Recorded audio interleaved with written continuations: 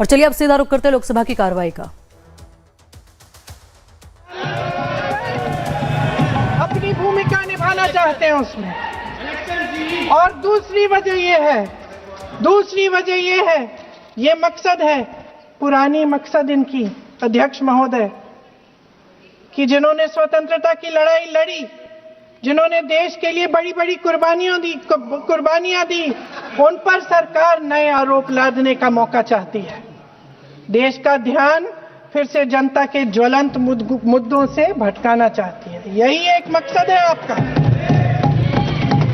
आपका मकसद है कि हम फिर से उसी अतीत में मंडराते रहें, उसी की तरफ हम देखते रहें जो हो चुका है, जो बीत चुका है, क्योंकि ये सरकार वर्तमान और भविष्य की ओर देखना ही नहीं चाहती।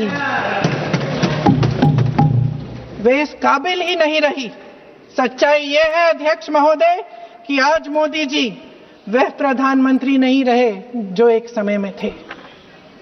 सच ये है कि ये दिखने लगा है, उनका आत्मविश्वास घटने लगा है, उनकी नीतियां देश को कमजोर कर रही हैं। और मेरे सत्ता पक्ष के साथी चुप इसलिए हैं क्योंकि अंदर अंदर से वे भी इस बात से सहमत हैं। आज देश के लोग खुश नहीं हैं अध्यक्ष महोदय, परेशान हैं, तमाम समस्याओं से घिरे हुए हैं, और उन समस्याओं का हल आप निकाल नहीं रहे हैं। हाँ ठीक है, उसका भी बोल लेंगे, समय आएगा तो उसका भी बोल लेंगे, बल्कि कल समय आ रहा है, चुनाव पे चर्चा होगी, उस पे भी बोलेंगे। अध्यक्ष महोदय, इनके भी अपने लोग दबी जबान में कहने लगे हैं कि सारी सत्ता को केंद्रित करने से देश का नुकसान हो रहा है। इस बीच अगर हम अतीत की बातें नहीं करेंगे तो कौन सी बातें करेंगे? ये किसी और बात के काबिल ही नहीं है, सिर्फ ध्यान भटकाना है जनता का। इसलिए आज हम वंदे मातरम पर चर्चा कर रहे हैं। वंदे मातरम देश के कण कण में जीवित है, इस पर बहस नहीं हो सकती। लेकिन चलिए, आपने बहस मांगी, आप बहस करना चाहते हैं, बहस करते हैं। आज इस चर्चा को प्रधानमंत्री जी ने शुरू किया, उन्होंने भाषण दिया, और इसको कहने में कोई झिझक नहीं है कि भाषण अच्छा देते हैं, थोड़ा सा लंबा, लेकिन भाषण अच्छा देते हैं। सिर्फ एक कमजोरी है, अगर आप इजाजत दे तो मैं बोलूं, एक कमजोरी है। हाँ, उसी पे बोल रहे हैं, वंदे मातरम पे बोलो आप। अब सर मैंने तारीफ कर ली, थोड़ा और विषय वंदे मातरम का है तो हम वंदे मातरम पर ही रखें, ठीक रहेगा। ये वंदे मातरम पे ही है। और आपने प्रधानमंत्री जी को सुना था, सर भाषण बहुत अच्छा देते हैं, लेकिन तथ्यों के मामले में कमजोर पड़ जाते हैं। इसमें भी एक कला होती है कि तथ्यों को किस तरह से जनता के सामने रखा जाए। मैं तो नहीं हूं, जनता की प्रतिनिधि हूं, कलाकार तो नहीं हूं।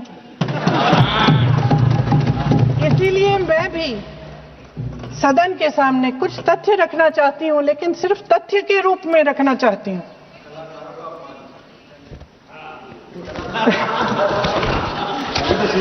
मैं उदाहरण दे देती हूँ। सर मांग रहे हैं सर वंदे मातरम के बारे में, वंदे मातरम की जो सालगिरह पे आपने एक बड़ा कार्यक्रम आयोजित किया था, उसमें प्रधानमंत्री जी ने भाषण दिया।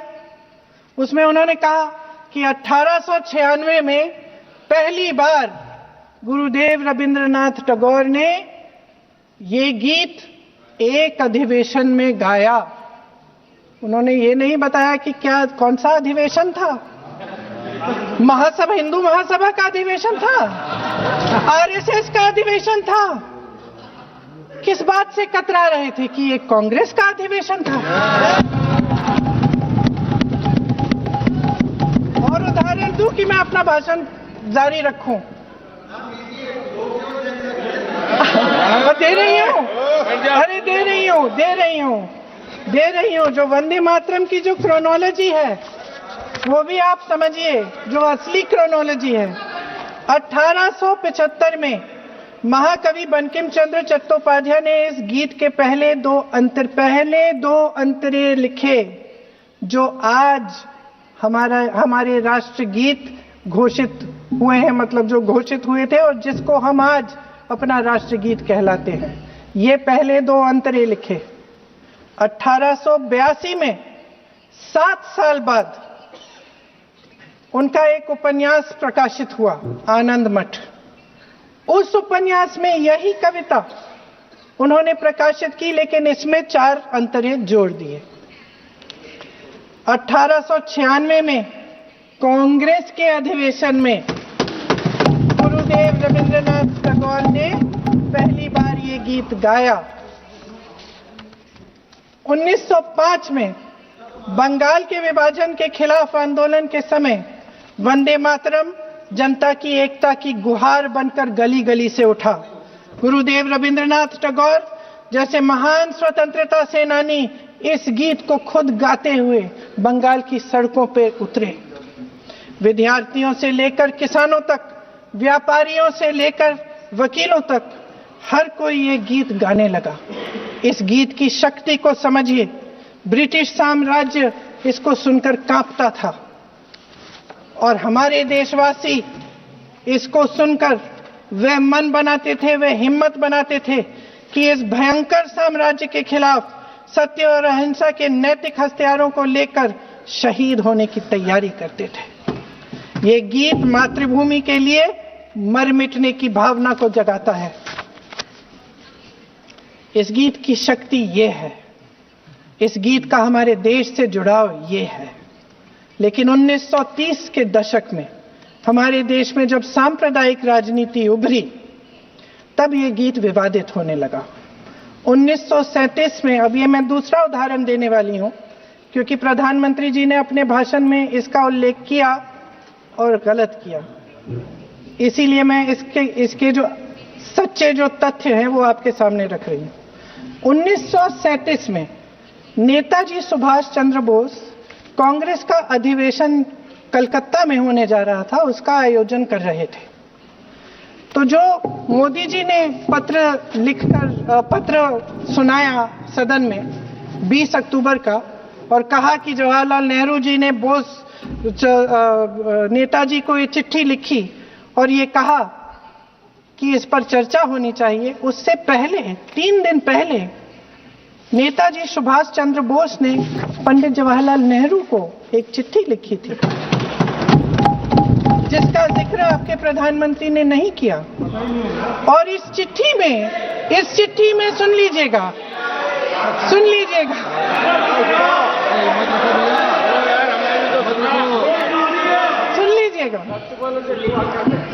आप नेताजी के लफ्ज नहीं सुनना चाहते? बंगाल का चुनाव आ रहा है।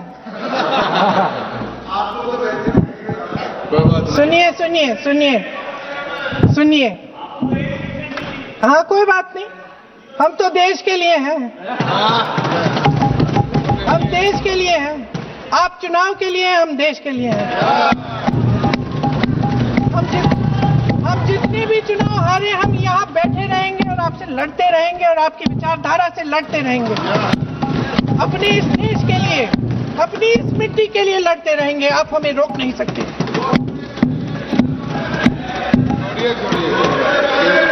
सुन लीजिए सुभाष चंद्र बोस जी ने क्या कहा, सुन लीजिए। My dear Jawahar, reference Vande Mataram, we shall have a talk in Calcutta and also discuss the question in the working committee if you bring it up there. I have written to Dr. Tagore to discuss this matter with you when you visit Santiniketan. Please do not forget to have a talk with him when you visit Santiniketan. ये 17 अक्टूबर को लिखी जाती है। 10 अक्टूबर को नेहरू जी इसका जवाब देते हैं और आपके और 20 अक्टूबर को, हाँ ठीक है, 20 अक्टूबर को 20 अक्टूबर को नेहरू जी इसका जवाब देते हैं। इस जवाब की एक पंक्ति प्रधानमंत्री जी ने सुनाई, बाकी पंक्तियां क्यों नहीं सुनाई? क्योंकि उनमें नेहरू जी क्या कह रहे हैं? There is no doubt that the present outcry against Vande Mataram is to a large extent a manufactured one by the communalists. Whatever we can do, whatever we do, we cannot pander to communalists' feelings, but to meet real grievances where they exist. I have decided now to reach Calcutta on the 25th morning. This will give me time to see Dr. Tagore as well as other friends. समझ रहे हैं आप? प्रधान चुप है तो समझ ही गए होंगे। फिर क्या होता है? फिर नेहरू जी कलकत्ता जाते हैं और गुरुदेव जी से मिलते हैं, और उसके अगले दिन गुरुदेव जी एक चिट्ठी लिखते हैं जिसमें वो लिखते हैं, अंग्रेजी में चिट्ठी है, उसका एक अंश मैं आपको हिंदी में बता देती हूँ, जिसमें गुरुदेव जी कहते हैं कि जो दो अंतरे हमेशा गाए जाते थे उनका महत्व इतना गहरा था कि उस हिस्से को कविता के शेष हिस्से तथा पुस्तक के उन अंशों से अलग करने में उन्हें कोई कठिनाई नहीं थी। उन्होंने ये कहा कि स्वतंत्रता संग्राम में हमेशा से वही दो अंतरे ही गाए जाते थे और उनको गाते हुए कुर्बानी देने वाले सैकड़ों शहीदों के सम्मान के लिए उन्हें ऐसे ही गाना उचित रहेगा। उन्होंने यह भी कहा कि बाद में जोड़े गए अंतरों का सांप्रदायिक मायना निकाला जा सकता है और उस समय के माहौल में उनका इस्तेमाल अनुचित होगा। इसके बाद 28 अक्टूबर 1937 में कांग्रेस की कार्य समिति ने अपने प्रस्ताव में वंदे मातरम को राष्ट्रगीत घोषित किया।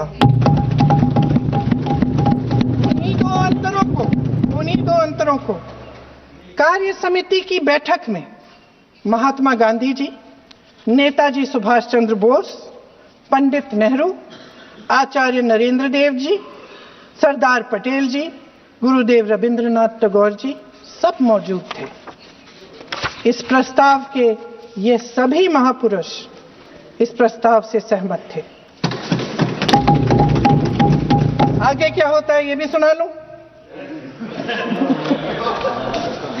भारत की आजादी के बाद जब इसी गीत के इन्हीं दो अंतरों को 1950 में डॉक्टर राजेंद्र प्रसाद जी ने संविधान समिति में भारत का राष्ट्रगीत घोषित किया, तब लगभग यही महापुरुष मौजूद थे। इनके साथ साथ B.R. अम्बेडकर जी भी सभा में थे और इनके साथ साथ मेरे सत्ता पक्ष के साथियों के नेता श्री श्यामा प्रसाद मुखर्जी भी मौजूद थे। वही दो अंतरे राष्ट्रगीत घोषित किए। किसी ने कोई आपत्ति जारी नहीं की, कोई आपत्ति नहीं जताई। वैसे इन तथ्यों के साथ जुड़ा एक और तथ्य भी है जो मैं यहाँ पे आपके सामने रखना चाहती हूँ।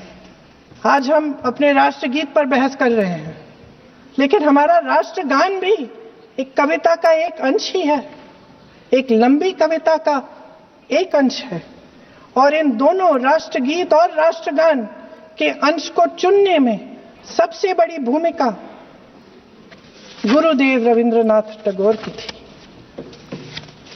वंदे मातरम के स्वरूप पर सवाल उठाना, जिसे संविधान सभा ने स्वीकार किया, न सिर्फ उन महापुरुषों का अपमान करना है जिन्होंने अपने महान विवेक से ये निर्णय लिया, मगर एक संविधान विरोधी मंशा को भी उजागर करता है। क्या सत्ता पक्ष के हमारे साथी इतने अहंकारी हो गए हैं कि अपने आप को महात्मा गांधी जी से, रविंद्रनाथ टैगोर जी से, राजेंद्र प्रसाद जी से, बाबा साहब अम्बेडकर जी से, मौलाना आजाद जी से, सरदार पटेल जी से, सुभाष चंद्र बोस जी से बड़ा समझने लग गए हैं? मोदी जी का अपने भाषण में ये कहना कि राष्ट्रगीत को एक विभाजनकारी सोच द्वारा काटा गया, उन सब महापुरुषों का अपमान है जिन्होंने अपना पूरा जीवन इस देश की आजादी की लड़ाई में झोंक दिया। वंदे मातरम को विभाजित करने का आरोप लगाकर आप पूरी संविधान सभा पर आरोप लगा रहे हैं, उसके हर एक नेता को दोषी ठहरा रहे हैं। ये हमारी संविधान सभा और हमारे संविधान का खुला वार है। और जहां तक जवाहरलाल नेहरू जी की बात है, जितनी देर हमारे प्रधानमंत्री देश के प्रधानमंत्री रहे हैं, 12 साल हो गए हैं, लगभग उतने ही सालों के लिए जवाहरलाल नेहरू जी जेल में रहे। किस लिए? इस देश की आजादी के लिए। उसके बाद 17 साल के लिए प्रधानमंत्री रहे। आप बड़ी आलोचना करते हैं इनकी, लेकिन अगर इन्होंने इसरो नहीं बनाया होता तो आज आपका मंगलयान नहीं होता। अगर DRDO नहीं बनाया होता तो तेजस नहीं बनता। अगर IIT और IIM नहीं बनाए होते तो हम आज IT में आगे नहीं होते। अगर एम्स नहीं बनाया होता तो हम कोरोना की जब बड़ी चुनौती का सामना कैसे करते? हाँ, वही बना कुछ भी। इसका मतलब है इस मुद्दे का जवाब नहीं है आपके पास। अगर इन्होंने BHEL, गेल, सेल, भाखड़ा नंगल ये सब नहीं बनाया होता जो आप सब बेच रहे हैं, तो ये विकसित भारत कैसे बनता? और मत कहिए बाकी। पंडित जवाहरलाल नेहरू इस देश के लिए जिए। सुन लीजिए, बेच लो यार, और बाकी भी बेच देंगे। पंडित जवाहरलाल नेहरू इस देश के लिए जिए और देश की सेवा करते करते उन्होंने दम तोड़ा। फिर भी सुन लीजिए, मेरी एक सलाह ले लीजिए। सर, मैं आपको आपके माध्यम से छोड़ना नहीं। सर, मैं आपके माध्यम से एक सलाह दे देती हूं। हमारे प्रधानमंत्री महोदय 12 सालों से इस सदन में हैं, मैं मात्र 12 महीनों से हूं। फिर भी छोटी सी सलाह है। उन्होंने अभी हाल ही में चुनाव था, कुछ महीनों पहले उन्होंने एक सूची निकाली थी कि विपक्षी दलों ने और विपक्ष के नेताओं ने कितने अपमान किए हैं इनके, और उसमें शायद 90-99 ऐसे उन्होंने अपमानों की सूची बनाई थी। तो मैं उनको एक छोटी सलाह देना चाहती हूं कि नेहरू जी से जितनी भी शिकायतें हैं, जितनी भी गलतियां उन्होंने की आपके जहन में, जितनी भी गालियां देनी है, जितना भी अपमान करना है, उसकी भी एक सूची बना दीजिए। नहीं, बात खत्म नहीं है। 999 अपमान, 9,999 अपमान, सूची बना दीजिए। और फिर हम एक समय निर्धारित करते हैं, जैसे हमने 10 घंटे आज वंदे मातरम पर हमने बहस किया है ना, उस तरह से हम अध्यक्ष महोदय जी से पूछेंगे, एक समय निर्धारित करेंगे, 10 घंटे, 20 घंटे, 40 घंटे, जितने घंटों में आपकी ये शिकायत पूरी हो जाए, माननीय सदस्य, आप शांत हो जाए और हम बहस कर लेंगे। लेकिन इस सदन का कीमती समय, जिसके लिए हमें यहाँ पे जनता ने भेजा है, जैसे हमें जनता की समस्याओं को हल करने के लिए चर्चा करनी चाहिए, इस्तेमाल करना चाहिए, उसको इसी के लिए इस्तेमाल करिए। उसके बाद जैसे अंग्रेजी में कहते हैं ना, जैसे अंग्रेजी में कहते हैं कि once and for all let's close the chapter, close कर लीजिए। देश सुन लेगा क्या क्या शिकायतें हैं, किसने क्या किया, इंदिरा जी ने क्या किया, राजीव जी ने क्या किया, परिवारवाद क्या होता है, नेहरू जी ने कौन सी गलतियां की, सुना लीजिए, फिर खत्म। उसके बाद बेरोजगारी, महंगाई, महिलाओं की समस्याएं, जो पीएमओ में हो रहा है उसकी बातें, उसकी चर्चा, जो बैटिंग ऐप के बारे में हो रहा है पीएमओ के अंदर, आप सदस्य प्लीज, जो एप्स्टीन फाइलों में आपके मंत्री महोदय के नाम निकल आए हैं, माननीय उसकी चर्चा करेंगे। आप वंदे मातरम में बोले, आप इधर उधर डाइवर्ट मत हो।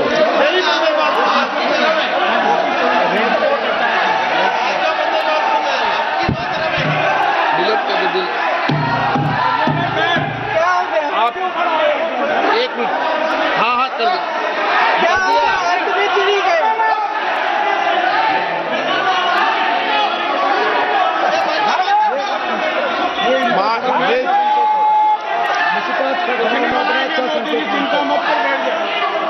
माननीय आगे सदस्य, एक मिनट, माननीय सदस्य, आगे बढ़ो आप महोदय, आगे वंदे बढ़ो। मातरम पर सार्थक चर्चा करें। ठीक सर, इधर उधर सर, बात डाइवर्ट नहीं यही हो। थी सर, संक्षिप्त में बात यही थी कोई डाइवर्ट नहीं कि होना हम चाहिए अतीत अपन में को। बातें करते रहते हैं। माननीय सदस्य, नहीं, आप बिना तथ्यों के कोई बात नहीं करें। आप वंदे मातरम पे बोले उचित रहेगा।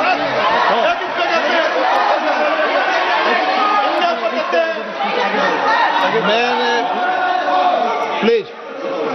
अध्यक्ष महोदय, मैं आपकी बात मानती हूं, लेकिन बिना तथ्य के बहुत सालों के लिए ये हम पर आरोप डाल रहे हैं। हम चुपचाप सुनते हैं, इनको भी थोड़ी सी संतुलन होनी चाहिए। सुनने की थोड़ी सी हिम्मत होनी चाहिए। ये राजनीति है, हम बोलेंगे, आप वंदे बोलेंगे। मातरम बोलें। ठीक। आप वंदे मातरम सर। महोदय, आज की ये बहस सिर्फ ध्यान भटकाने के लिए की जा रही है, क्योंकि ये सरकार इस देश के वर्तमान की असलियत छिपाना चाहती है। आज देश का युवा कितना परेशान है, कितनी मुश्किल में है। पेपर लीक होते रहते हैं, बेरोजगारी है, महंगाई इतनी बढ़ चुकी है। इसकी चर्चा हम सदन में क्यों नहीं कर रहे हैं? आरक्षण के साथ जो हो रहा खिलवाड़ है, उसकी चर्चा हम यहाँ क्यों नहीं कर रहे हैं? महिलाओं की बात होगी, बड़े बड़े ऐलान होंगे, मगर उनकी परिस्थितियों को सुधारने के लिए कोई ठोस कदम यहाँ क्यों नहीं उठाया जा रहा है? इन्हीं दरवाजों के बाहर खड़े होकर पत्रकार तरह आपने कहा कि आरोप मत लगाइए बगैर तथ्य के, तो मैं बोलूं कि नहीं बोलूं? नहीं, बिल्कुल नहीं। नो, आप उधर की बात मत बोलो। आप जल्दी से बोल लेते हो, फिर आप सदन में बंद जो कर कुछ देंगे। भी बोले वो तथ्यों से बोले। आपको हर चीज ऑथेंटिक करनी पड़ेगी, इसलिए आप तथ्यों से बोले। अच्छा सर, बड़े बड़े शहरों में प्रदूषण है, लेकिन हम इस सदन में बैठकर सिर्फ छोटी छोटी बातें करेंगे। जी, जो अतीत की बातें हैं ना, जो बार बार आप चाहते हैं कि हम पीछे देखें, लेकिन हम आगे भविष्य की बात, वर्तमान की बात, जो असली समस्याएं हैं उनकी बात न करें, ये छोटी बात होती है। आप में हिम्मत है तो भविष्य की बात करिए, हिम्मत है तो बात करिए कि बेरोजगारी क्यों है, कि पेपर लीक क्यों होते हैं। आप चेयर को एड्रेस करें। आपको अच्छा, खत्म कर लेती हूँ, चेयर के एड्रेस करो आप। अध्यक्ष महोदय जी, सच्चाई ये है कि इनका शासन दमन का शासन है। इनकी राजनीति दिखावे की राजनीति है, इवेंट मैनेजमेंट की राजनीति है, चुनाव से चुनाव तक राजनीति है, तरह तरह के ध्यान भटकाने वाले मुद्दों की राजनीति है। वंदे मातरम इस देश की उन्हीं उम्मीदों की गुहार है जिन्हें आपका शासन हर रोज ठुकरा रहा है। आज भी सरहद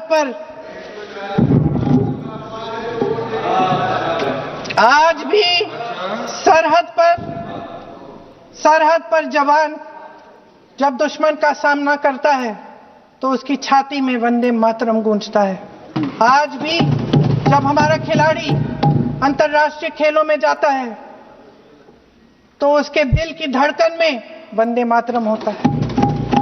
आज भी इस देश के करोड़ों देशवासी जब अपने राष्ट्र ध्वज को फहराते हुए देखते हैं तो उनकी जबान पर वंदे मातरम, वंदे मातरम, वंदे मातरम आता है। कांग्रेस के हर एक अधिवेशन में 1905 से लेकर आज तक सामूहिक तौर पर वंदे मातरम गाया जाता है। आपके अधिवेशनों में गाया जाता है कि नहीं, ये बताइए। अपने देश की आत्मा के इस महामंत्र को विवादित करके आप एक बहुत बड़ा पाप कर रहे हैं। इस पाप में कांग्रेस पार्टी शामिल नहीं होगी। ये राष्ट्रगीत वंदे मातरम हमेशा से हमें प्यारा है, हमेशा से हमारे लिए पवित्र रहा है और हमेशा के लिए हमारे लिए पवित्र रहेगा। धन्यवाद।